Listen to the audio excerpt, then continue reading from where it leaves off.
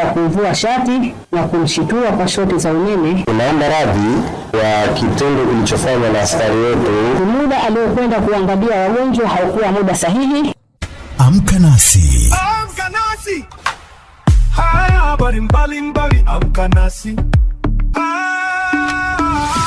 Amka nasi.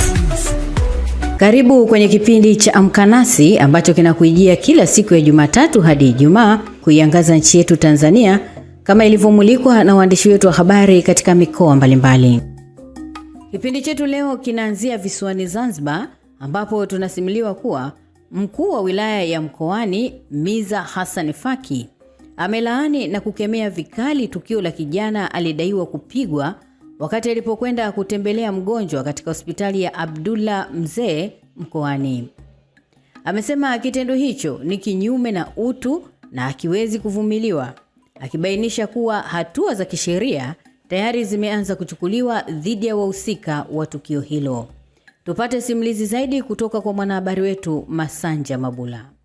Akizungumza ofisini kwake na uongozi wa hospitali ya Abdullah Mzee pamoja na uongozi wa kampuni ya ulinzi ya 2SA, mkuu huyo wa wilaya amesisitiza kuwa serikali haitasita kuchukua hatua za kisheria kwa yeyote aliyehusika na kitendo cha ukiukwaji wa haki za binadamu. 10 mwezi huu wa 3 ikionekana kurushwa kwenye mitandao mbalimbali ya kijamii kijana ambaye alikuwa anafanyiwa vitendo vya ukatili na walinzi wetu ambao tunao hapa katika hospitali hii ya Abdullah Mzee. Walipokuwa wakimfanyia ukatili kwa kumvua shati na kumshitua kwa shoti za umeme Bakari Rashid Bakari. Walinzi hao wanajulikana kwa majina ya Stefano William Kasuga na mwingine Hassan Saidi Msangazi. Baada ya ufuatiliaji wa kina, tuligundua kijana huyo aliyefanyiwa ukatili mkazi wa kisiwani kwa binti Abedi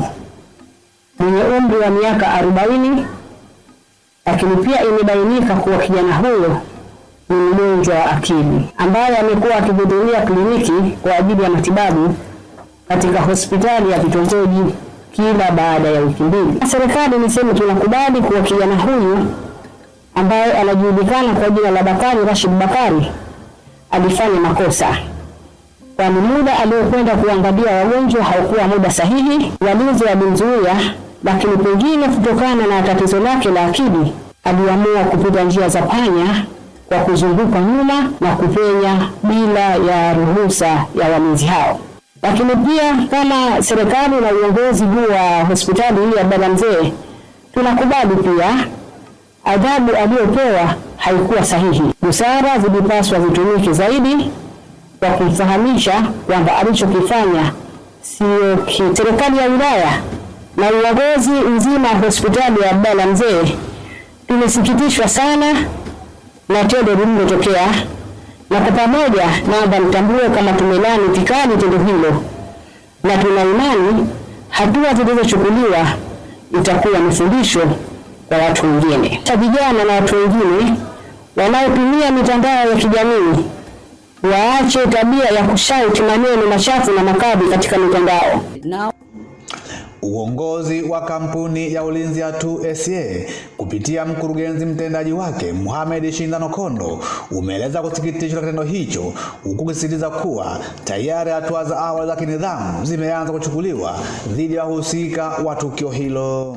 Tunaomba radhi kwa kitendo kilichofanywa na askari wetu cha kutumia nguvu za kupita kiasi kwa kumdhibiti kijana huyo. Hatua za kisheria kwa upande wetu sisi kampuni kama kampuni tunachukua, na tayari vijana wale tushachukulia hatua binafsi zetu sisi wenyewe, na kwa sasa hivi vijana wale bado wako kwenye mikono ya sheria.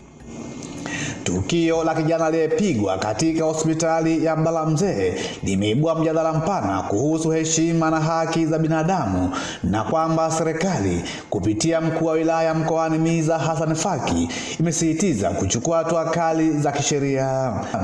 Kutoka hospitali ya Abdullah Mzee Mkoani hapa kisiwani Pemba, mimi ni Masanja Mabula. Niamkapo asubuhi, siku nyingine yapendeza, nenda East and West, Magic ni best, radio hii Magic FM.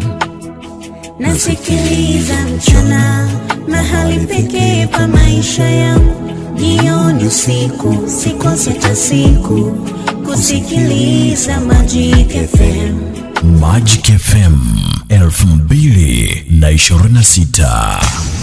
Mtaa umeamka, tunasikika.